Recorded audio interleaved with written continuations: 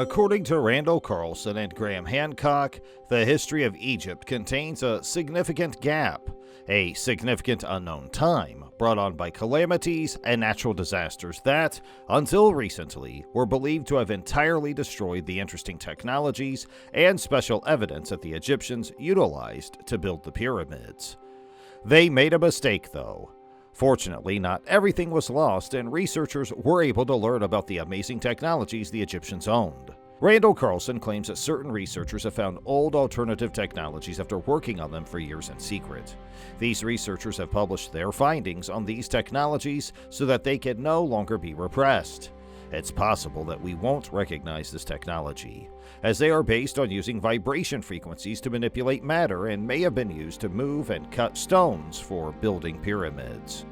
Additionally, archaeologists have now discovered evidence of toolboxes on prehistoric artifacts, suggesting that ancient structures like pyramids and even the Göbekli Tepe were built using sophisticated machinery. But what exactly were these peculiar technologies?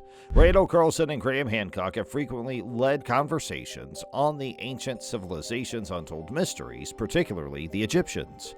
Their theories frequently revolve around the idea of ancient superior technologies, which modern mainstream academia denies. Hancock and Carlson contend that these technologies could indirectly endanger well-established businesses and governments as a result of the paradigm change they might cause. According to Hancock and Carlson's beliefs, the creation of wonders like the Giza pyramids and the Sphinx needed technology and knowledge that were much beyond what historians and archaeologists normally attribute to the ancient Egyptians. According to their hypotheses, these civilizations may have possessed sophisticated talents in engineering, mathematics, architecture, and potentially even undiscovered types of energy manipulation. Graham Hancock has established himself as a key player in the alternative history movement. He frequently questions the widely held archaeological consensus regarding the rise of human civilization in his work. The idea of a mother civilization from which all other civilizations gain knowledge is prominently supported by his book, Fingerprints of the Gods. Hancock contends that only a much more sophisticated but extinct culture could have produced the complexity and sophistication of ancient Egyptian architecture and technology. The huge Pyramid of Giza, one of the most remarkable ancient constructions, has been mentioned by Hancock. The stones used to build the pyramid are gigantic, since some of them came from a quarry hundreds of miles away. The primary unsolved question regarding this pyramid is how the ancient Egyptians were able to pull off such an accomplishment. In particular, the granite slabs for the king's chamber came from a place more than 500 kilometers away. Hancock claims that if you look closely at the famed king's chamber, you'll be astounded by the details. Massive granite blocks were used in the construction of the chamber's walls and ceiling. The massive roof blocks of the chamber each weighed 70 tons, while some Egyptologists assert that large, heavy blocks may be propelled ahead by being set down on damp sand. This method wouldn't be sufficient when you're 350 feet above the ground, as in the case of the king's chamber, where Hancock admits, "I don't think anybody truly knows the method they used to lift these stones and bring them up to their level. It appears we are once again facing a lost technology, and it was this ancient apocalypse that wiped that from our human memory, almost completely, but not entirely completely, because there were survivors." Randall Carlson delves into the mysteries of ancient civilizations using his expertise in sacred architecture and geometry. His speculations about a comet's impact during the Younger Dryas period and his in-depth examination of the Great Pyramid and other megalithic buildings all over the world are arguably what makes him famous. Like Hancock, Carlson thinks that these buildings were constructed using cutting-edge techniques that have been lost to modern science. Carlson has now covered a disastrous historical occurrence that came dangerously close to wiping out ancient Egypt's highly developed technology. Carlson claimed that this incident was significantly more intense than what we are currently seeing. He explains that the rate of sea level rise would have been 3 to 4 times higher than it has been during the past century. These rapid rises in sea level would have created a highly energetic intertidal zone where anything except large megalithic blocks would have been completely wiped out. This severity of the event, Carlson argues, is often overlooked by archaeologists and prehistorians who question the lack of artifacts and evidence of the ancient civilization. To illustrate this point, Carlson uses an analogy. He asks us to imagine dropping an atomic bomb on a city, obliterating it, and then doing the same thing again shortly afterward. After 10 or 20,000 years, what would remain? It would mostly be rubble that has become part of the geological layers. This makes it challenging to distinguish between the remnants of the cataclysmic event and naturally conglomerated rocks, which are a jumble of broken rocks fused together. Within these formations, there could be artifacts that aren't recognized as human-made because they are not a direct reflection of our current understanding of technology. Carlson believes that we may soon be rediscovering the accomplishments of our distant ancestors. He thinks there is evidence, some of which current researchers have hidden or buried. The quote reads, "I think we're getting very close to rediscovering some of the things that our ancient ancestors were up to, and maybe this would be worth a whole show in itself." Hancock contends that because these technologies were distinct from our own, archaeologists are unable to identify them. They are looking for familiar concepts from our time, and they may not consider the possibility that there are entirely different forms of technology that were utilized in the past. Hancock often refers to ancient Egyptian traditions that mention priests chanting while massive blocks were lifted into the air. We know that sound has the power to affect matter, but archaeologists find the idea of lifting blocks with sound absurd, despite it being present in ancient Egyptian traditions. Randall Carlson has talked about those who are interested in alternate technological areas.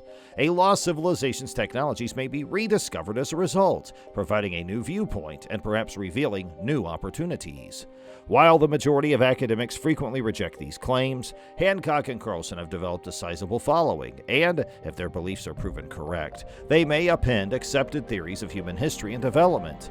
Here is where their ideologies indirectly endanger established businesses and governments. From an economic perspective, acceptance of ancient advanced technologies could disrupt industries dependent on the current paradigm of technological development.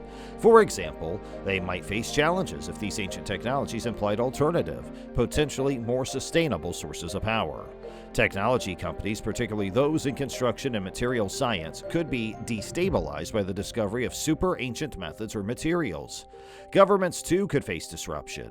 The status quo is often maintained by the prevailing narrative of human history and progress, and a dramatic re-evaluation of our past could cause a paradigm shift in how societies view themselves. Changes in narratives could impact national identities, which often rest on historical understanding.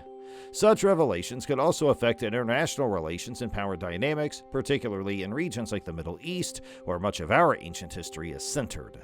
Despite the potentially disruptive implications, it's important to remember that, as of now, these theories remain on the fringe of mainstream academic acceptance. However, they continue to spark public curiosity and a few debates on the nature of our past. The disruption they suggest might also offer opportunities to learn from past civilizations and apply this knowledge to current technological, societal, and environmental challenges. In addition, as complex as its pyramids and as enigmatic as its hieroglyphs, the narrative of ancient Egypt is characterized by periods of stability, known as kingdom periods, interrupted by intermediate periods marked by social upheaval, political instability, and often cataclysms. Ancient Egypt's history is not characterized by almighty pharaohs ruling over a submissive populace in a straight line. It's a story of shifting power systems that are dynamic and frequently turbulent. This conflict between the regional powers of provincial governors, known as nomarchs, and the centralized authority of the pharaohs would rise and fall throughout Egypt's history, causing periods of instability and uprisings. The initial concentration of authority created a coherent structure that aided in the development of Egyptian civilization.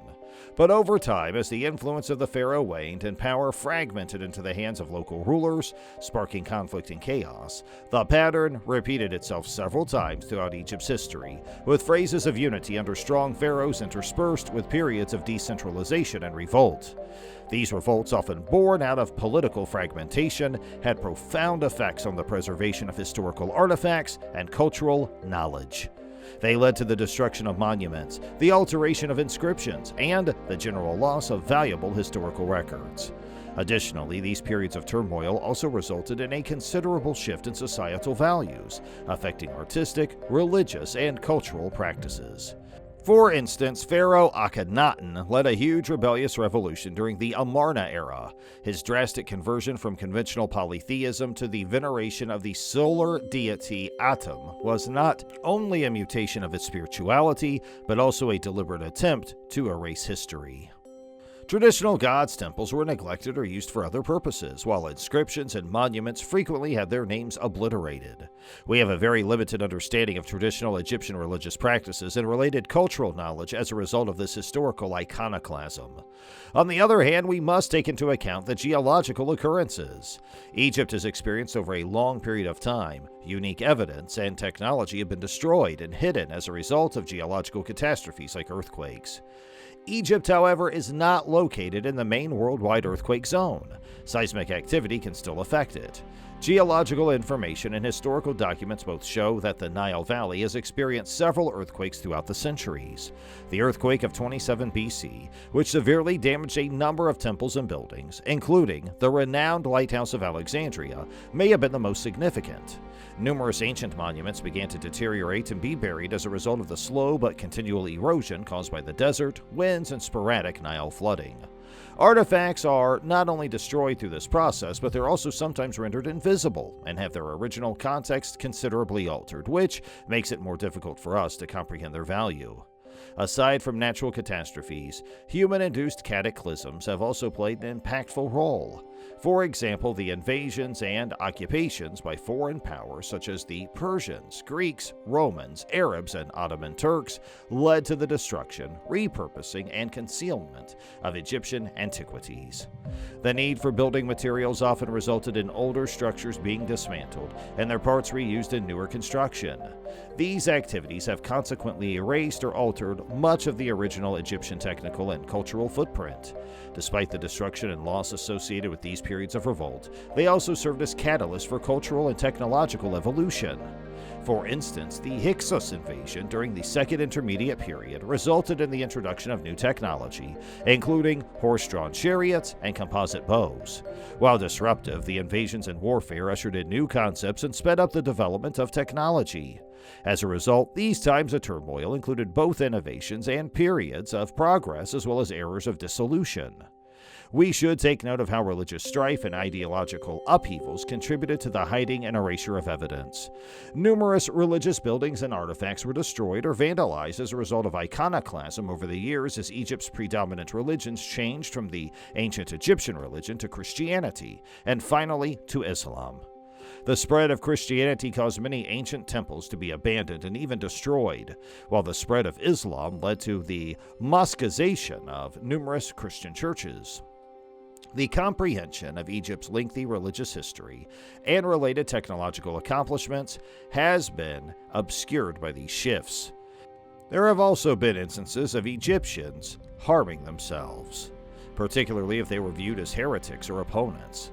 Pharaohs frequently destroyed the archives of their forebears. Unquestionably, these catastrophes, both natural and man-made, have resulted in the loss or hiding of remarkable artifacts and technologies that have had a profound impact on our understanding of ancient Egypt.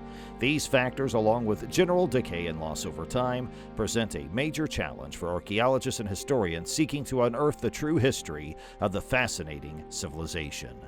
The historical narrative of ancient Egypt, preserved through a myriad of inscriptions, monuments, and artifacts, is replete with remarkable detail and longevity. However, it is far from being a complete chronicle. Significant portions of this civilization's story are missing, characterized by the lack of records or evidence. One of the most significant contributors to the void of missing history in ancient Egypt is the political act of historical erasure. This deliberate elimination of previous rulers or destinies from historical records was a common practice among ancient cultures, particularly during periods of transition or upheaval. These political maneuvers often aimed to legitimize the new ruler's reign, especially in cases where the ascension was fraught with controversy or lacked popular support. An illustrative example is the reign of Hancock, the second historically confirmed female pharaoh of ancient Egypt. The legacy of the powerful and affluent ruler Hatshepsut was purposely masked after her passing. Thutmose II, her stepson and successor, tried to make her disappear from history in order to justify his rule. Her monuments were demolished or altered, her portraits were disfigured, and the king's list no longer included her name. This act of historical erasure left a significant gap in the New Kingdom's history, making Hatshepsut and her accomplishments almost unnoticeable for millennia. The Egyptian pyramids are also quite fascinating for many people for valid reasons. There are numerous questions regarding their construction. It's not true that the slaves built them, even if you don't buy into the conspiracy theories claiming that aliens did.